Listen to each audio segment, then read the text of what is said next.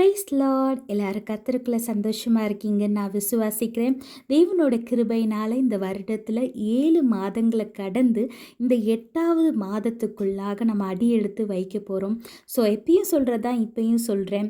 ஒரு மாதத்தை ஒரு நாளை துவக்கும்போது அது தேவனோட சமூகத்தில் அமர்ந்து நீங்கள் அந்த நாளை துவக்குனீங்கன்னா நிச்சயமாக அந்த நாள் ரொம்ப ஆசீர்வாதமாக இருக்கும். ஸோ நீங்கள் எவ்வளோ பிஸியாக இருந்தாலும் சரி, நீங்கள் ஒரு அரை மணி நேரமாவது தேவனுக்கென்று ஒதுக்கி இந்த நாளை நீங்கள் அவரோட பிரசன்னத்தில் துவக்குங்க. தேவன் இம்மட்டும் உங்களோட வாழ்க்கையில் செய்த நன்மைகளை சொல்லி, அனுமதித்த காரியங்களை சொல்லி அவரை துதித்து ஆராதிச்சுட்டு நன்றி நிறைந்த இருதயத்தோடு இந்த மாதத்துக்குள்ளாக அடியெடுத்து வைங்க. நிச்சயமாக இந்த மாதம் ஆசீர்வாதமாக இருக்கும். இப்போ வாங்க இந்த மாதத்துக்கென்று தேவன் நம்மளுக்கு என்ன வாக்குத்தத்தம் கொடுத்துருக்கிறாருன்னு பார்க்கலாம். இந்த மாதத்துக்கென்று தேவன் நம்மளுக்கு கொடுத்திருக்கிற வாக்குத்தத்தம் சங்கீதம் 115:12. கர்த்தர் நம்மை நினைத்திருக்கிறார், அவர் ஆசிர்வதிப்பார். ஆமீன். ஆமாங்க, ஒரு குழந்தைய பார்த்தீங்கன்னா அந்த குழந்தை மேலே அவங்க பேரண்ட்ஸ் எப்போவுமே நினைவாகவே இருப்பாங்க. அடுத்து அந்த குழந்தைக்கு என்ன செய்யணும், அந்த குழந்தை தவள ஆரம்பிச்சிருச்சு அப்படின்னா கீழே எதுவும் இருக்கக்கூடாது, வாயில் எடுத்து தெரியாமல் போட்டுறக்கூடாது அப்படின்னு சொல்லிட்டு அவங்க ஃபுல்லாகவே அந்த நினப்பாகவே இருப்பாங்க. தரையில் ஏதாவது இருக்கா அப்படின்னு பார்த்துட்டே இருப்பாங்க. நடக்க ஆரம்பிச்சிட்டா எதுலேயும் இடிச்சிடக்கூடாது, கீழே விழுந்தால் அடிபட்டுறக்கூடாது அப்படின்னு சொல்லிட்டு வீட்டில் என்னென்ன இடத்துலலாம் அடிபடுற மாதிரி இருக்கோ அதெல்லாம் சைல்ட் ப்ரூஃப் பண்ணி வைப்பாங்க. அதே மாதிரி அவங்க ஒரு ஸ்டேஜ் வரும்போது பால் நிறுத்திட்டு சாலிட் ஃபுட் கொடுக்க ஆரம்பிப்பாங்க.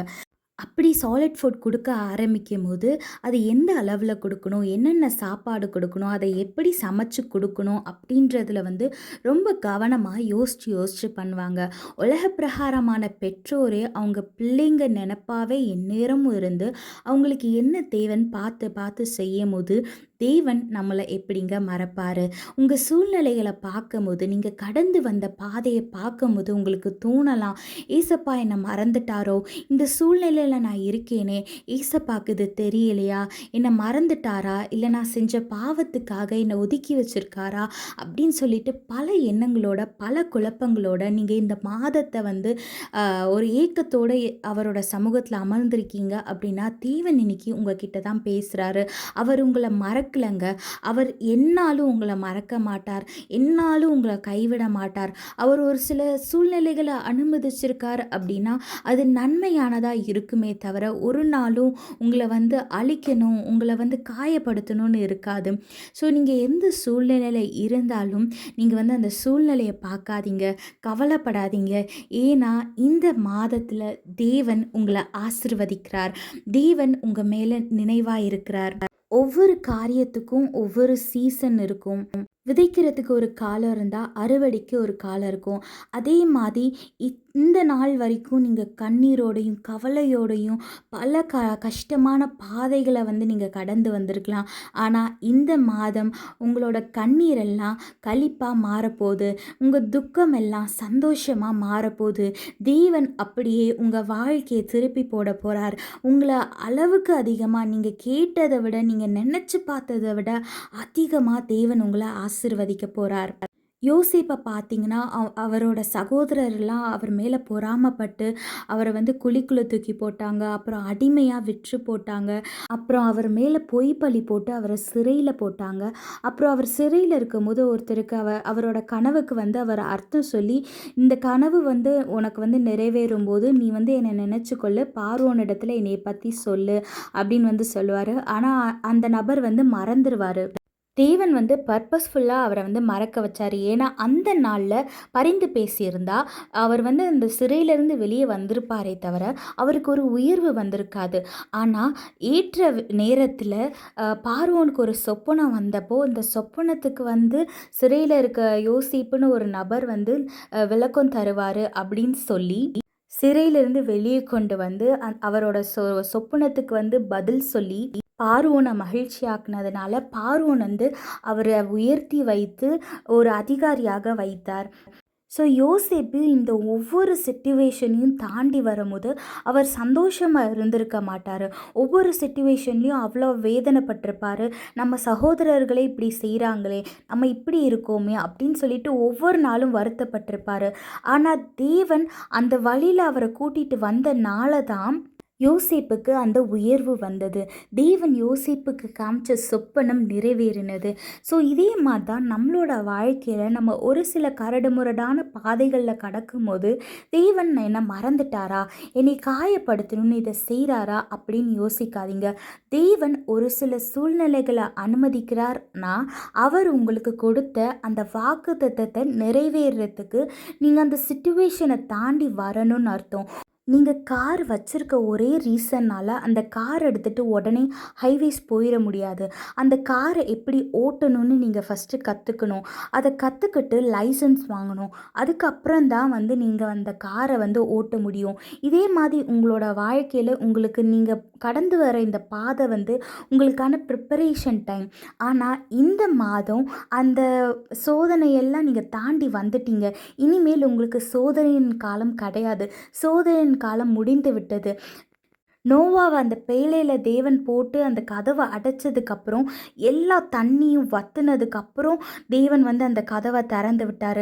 தேவன் நினைத்தருளி அந்த கதவை திறந்தார். அதே மாதிரி இந்த நாளில் இந்த மாதத்தில் உங்களை நினைத்தருளி அடைப்பட்ட எல்லா கதவுகளையும் தேவன் தான் அடைச்சார். உங்களை ப்ரிப்பேர் பண்ணணும் தான் அடைச்சார். ஸோ நீங்கள் எல்லாம் ப்ரிப்பேர் ஆயிட்டீங்க. இனிமேல் உங்களுக்கு அந்த கவலை கிடையாது, கண்ணீர் கிடையாது, அந்த சோதனை கிடையாது. இந்த மாதத்தில் இந்த புதிய நாளில் தேவனை ஒவ்வொரு கதவுகளையாக திறக்க போகிறாரு. இந்த மாதத்தை ஆசீர்வாதத்தின் மாதமாக ஒவ்வொரு நாளும் உங்களை ஆச்சரியப்படுற அளவுக்கு ஒவ்வொரு நாளும் உங்களை தேவனை ஆசீர்வதிக்க போகிறாரு. ஸோ உங்களோட கவலை, கண்ணீர் எல்லாவற்றையும் தூக்கி போட்டுட்டு துதிக்க ஆரம்பிங்க. தேவனுக்கு நீங்கள் பெற்றுக்கொள்ள போகிறதுக்கு விசுவாசத்தோட நீங்கள் இப்போ இருந்தே நன்றி செலுத்த ஆரம்பிங்க. தேவன் உங்களுக்கு என்னென்னலாம் தருவேன்னு சொல்லியிருக்காரோ அதெல்லாம் நீங்கள் எழுதி வச்சு விசுவாசத்தோட அறிக்கை செய்யுங்க. இந்த மாதம் நிச்சயமாக தேவன் ஒவ்வொன்றாக நிறைவேற்றி உங்களை ஆசிர்வதித்து உயர்த்தி வைப்பார். விசுவாசத்தோட அறிக்கை செய்யுங்க, அதை பெற்றுக்கொள்ளுங்க. இப்போ வாங்க, நான் உங்களுக்காக ஜெபிக்கிறேன். நீங்களும் என்னோடு கூட சேர்ந்து ஜெபிங்க. ஸ்தோத்திரம் ஆண்டவரே, அன்பின் பரலோக தகப்பனே, இந்த புதிய நாளுக்காக, இந்த புதிய மாதத்துக்காக உம்மை நன்றியோடு துதிக்கிறோம், ஸ்தோத்திரிக்கிறோம் ராஜா. ஏசப்பா, இந்த மாதத்தில் கூட நீங்கள் எங்கள் மேல் நினைவாக இருக்கிறதுக்காக நன்றி தகப்பனே. ஏசப்பா, நீர் எங்களை இந்த மாதத்தில் ஆண்டவரை ஆசீர்வதிக்க போகிறதுக்காக நன்றி ராஜா. நீர் தந்த இந்த வாக்குத்தத்தத்துக்காக நன்றி தகப்பனே. இதை நாங்கள் விசுவாசிக்கிறோம், அறிக்கை செய்கிறோம் தகப்பனே. ஏசப்பா, அந்த மாதத்தில் ஒவ்வொரு நாளும் உம்முடைய ஆசீர்வாதத்தினால, உம்முடைய அன்பினால் நிரப்பி எங்களை வழி நடத்துங்க தகப்பனே. போக்கிலும் வரக்கிலும் பாதுகாத்து கொள்ளுங்க தகப்பனே. ஏசப்பா, எல்லா தேவைகளையும் சந்திங்க ராஜா. கையின் பிரயாசங்களை ஆசீர்வதிங்க தகப்பனே. எந்த ஒரு வீண் செலவுகளோ, விபத்துகளோ, விபரீதங்களோ, ஆண்டவரே மனக்கசப்புகளோ ஏற்படாத படிக்கும் ஆண்டவரை நீர் பாதுகாத்து கொள்ளுங்க ராஜா. இந்த நாளில் கூட ராஜா, ஏசப்பா, யார் யார் என்னென்ன விண்ணப்பத்தோடு உண்மை நோக்கி பார்க்கிறார்களோ ஆண்டவரே, ஒவ்வொரு விண்ணப்பத்துக்கும் பதிலளிங்க தகப்பனே. எல்லா வியாதிகளையும் நீக்கி போடுங்க ராஜா. உடைய ரத்தத்தில் சுகம் உண்டு, பலன் உண்டு, ஜீவன் உண்டு, ஆரோக்கியம் உண்டு தகப்பனே. அது நாங்கள் விசுவாசிக்கிறோம் ராஜா. உடைய ரத்தத்தினால கழுவி சுத்திகரித்து ஆண்டவரே, என்ன வியாதியாக இருந்தாலும் சரி ராஜா, டாக்டர்ஸ் முடியவே முடியாது, நீங்கள் சர்வை பண்ணவே முடியாதுன்னு சொல்லியிருந்தாலும் பரவாயில்ல தகப்பனே. நாங்கள் உங்களை விசுவாசிக்கிறோம் ராஜா. நீங்கள் ஆண்டவரே ஒரு பரிபூர்ண சுகத்தை தாங்க தகப்பனே. ஏசப்பா, அந்த கேன்சராக இருக்கட்டும், என்ன வியாதியாக இருக்கட்டும், அது இருந்ததுக்கான அடையாளமே தெரியாதபடிக்கு ஆண்டவரே ஒரு பரிபூர்ண சுகத்தை இயேசு நாமத்தினால கட்டளை இடுங்க தகப்பனே. ஏசப்பா, அந்த நாளில் கூட தகப்பனே, கடன் தொல்லையோ, மன கசப்புகளோ, ஏசப்பா, என்னோட வாழ்க்கையை நான் முடிச்சு கொள்ளலான்னு இருக்கேன், என்னால் தாங்கிக்க முடியல இந்த வேதனைன்னு என்ன ஒரு ரீசன்னால் உங்களை கண்ணோக்கி பார்க்குறாங்களோ, கண்ணீரோட கண்ணோக்கி பார்க்குறாங்களோ ஆண்டவரே, ஒவ்வொருவரையும் நீர் கண்ணோக்கி பாருங்க ராஜா. ஒவ்வொரு விண்ணப்பத்துக்கும் பதில் கொடுங்க தகப்பனே. நீர் அவர்களோடு இருக்கிறத உம்முடைய அன்பு அவர்கள் உணரும்படியாக கிருபை செய்யுங்க ராஜா. நீர் அப்படி செய்கிறதுக்காக நன்றி தகப்பனே. ஏசப்பா, அந்த புதிய மாதத்தை உடைய கரத்தில் ஒப்பு கொடுக்குறோம் ராஜா. நீரை பொறுப்படுத்திக் கொள்ளுங்க, வழி நடத்துங்க, உடைய சித்தத்தின்படி நடத்துங்க ராஜா. மீதியான வேலையை உடைய கரத்தில் ஒப்பு கொடுக்குறோம். நீர் பொறுப்படுத்திக் கொள்ளும், வழி நடத்தும். நீ சீக்கிரம் மீட்பர் இயேசு கிறிஸ்துவின் இனிய நாமத்தில் வேண்டிக் கொள்கிறோம் ஜீவனுள்ள நல்ல பிதாவே. ஆமேன். ஆமேன். சந்தோஷமா இருங்க. உங்கள் ஆசீர்வாதத்தை பெற்றுக்கொள்ளும்படியாக ரெடியாக இருங்க. அப்படி தேவன் உங்களோட வாழ்க்கையில் செய்கிற ஒவ்வொரு ஆச்சரியமான காரியங்களையும் நீங்கள் மற்றவங்களோட பகிர்ந்து கொள்ளுங்க. ஏன்னா உங்கள் சாட்சியின் மூலமாக மற்றவங்களோட வாழ்க்கையை மாற வாய்ப்பு இருக்குது. இவங்க வாழ்க்கையில் தேவனால் செய்ய முடியும் அப்படின்னா என்னோட வாழ்க்கையிலையும் தேவனால் செய்ய முடியும் அப்படின்ற விசுவாசம் அவங்களுக்குள்ளாக வரும். ஸோ நீங்கள் எங்கே போனாலும் சரி, எல்லார் இடத்துலையும் உங்கள் சாட்சியை பகிர்ந்து கொள்ளுங்க. நீங்கள் வேதத்தை தான் சொல்லணும், வசனத்தை தான் சொல்லணும்னு அவசியம் இல்லை. நீங்கள் உங்கள் லைஃப்பில் ஏசப்பா என்ன செஞ்சாரோ அதை நீங்கள் சொன்னீங்கனாலே அவங்க ஏசப்பாவை ஏற்றுக்கொள்வாங்க. ஸோ எங்கே போனாலும் சரி, நீங்கள் உங்கள் சாட்சியை பகிர்ந்து கொள்ளுங்கள். அப்படி உங்கள் சாட்சியை இந்த யூடியூப் சேனலில் ஷேர் பண்ணணும்னு நினச்சிங்கன்னா கீழே உள்ள வாட்ஸ்அப் நம்பருக்கு ஆடியோவாவோ வீடியோவாவோ இல்லை டெக்ஸ்ட் மெசேஜாவோ நீங்கள் எங்களுக்கு சென்ட் பண்ணுங்கள். நாங்கள் அதை இந்த சேனலில் கன்வே பண்ணிடுறோம். ஆனால் உங்கள் சாட்சியை மட்டும் பகிர்ந்து கொள்ள மறந்துடாதீங்க. கர்த்தர் உங்களோடு கூட இருந்து உங்களை ஆசீர்வதித்து பாதுகாத்து வழி நடத்துவாராக. ஆமீன். Praise Lord. I hope you all are happy in our Christ. By the grace of our God, we have crossed 7 months of this year and we are entering into a new month. So with a grateful heart, sit in our God's presence and worship Him, give thanks to Him, and enter into this new month so that this month will be a great blessing for you. Come now, let's see what our God has promised us for this month. The promise was given by our God for this month is Psalm 115:12. The Lord, who is always thinking about us, will bless us. Amen. When you take a look at the parents, they will always be thinking about their newborn baby. They will take very good care of the baby. And when the baby starts to crawl, they will be very concerned and they will always be watching out for the baby if the baby is grabbing something from the floor. And when the baby starts walking, they will child-proof the whole house so that the baby will not get hurt. And when they want to give solid food for their children, they will do a research and they will ask doctors for suggestions which food they can give and how they should prepare it and how much quantity they should give, etc., etc. This will happen every stage of the baby's growth. They will even think about their child in their old age. When our worldly parents thinks about us this much and they try to provide all our needs, think how much our God will care about you. He loves you. He is always thinking about you. Maybe the past few months you have been struggling through something. You might have went through a hard time. You might even thought, did God forget me? What did I do wrong? Why did He leave me alone in this situation? You might have been thinking like this, but no, God has never forgotten you. If He has allowed this situation in your life, it is not to destroy you, but it is to prepare you.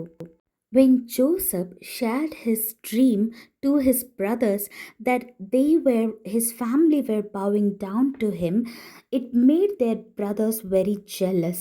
They got angry at him and they threw him into a pit, and then they sold him for 20 pieces of silver. And they lied to their father that a wild animal has killed him.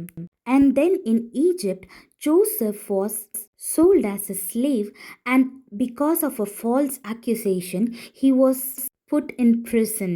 And in prison, a person had a dream, and Joseph explained that dream. And he asked him to remember this when he is with Pharaoh, a cupbearer. But he totally forgot about Joseph because God made him forget. Because at that time, if he had remembered Joseph and if he had said good things about him to Pharaoh, he might have released him from the jail. But he might have not been in the royal position that he was. And when Pharaoh had a dream and no one was able to explain it, the cupbearer remembered Joseph and he said about him to Pharaoh. And when Joseph explained the dream to Pharaoh, he was impressed and he kept him second in command over all of Egypt. So, if Joseph has not gone through all this, he might have not been in this position. So, he had to go through all the situation to be where he is now. It was all God's plan. He never left him, He was always with him. If God wasn't with him, he would have died when his brothers planned to kill him. But God remembered him in each and every situation, and He took him to the position where He wants to place Joseph. So, no matter how bad your situation is, don't give up. It is just your preparation time. But this month, God is saying that your preparation time is over. All your sorrows are going to turn into joy. All your tears is going to turn into tears of joy. So don't worry about anything and get ready to receive your blessing. This month is going to be a month of blessing. Our God is going to bless you each and every day, and He's going to bless you with lots of miracles, and He's going to answer all your prayers, and He's going to do more than what you have asked for. So get ready, start praising Him, sit in His presence. The only thing that you have to do is just sit in His presence, and God will take care of everything. So throw away all your sorrows and get ready to receive your blessings. God bless you all. Have a blessed month. Amen.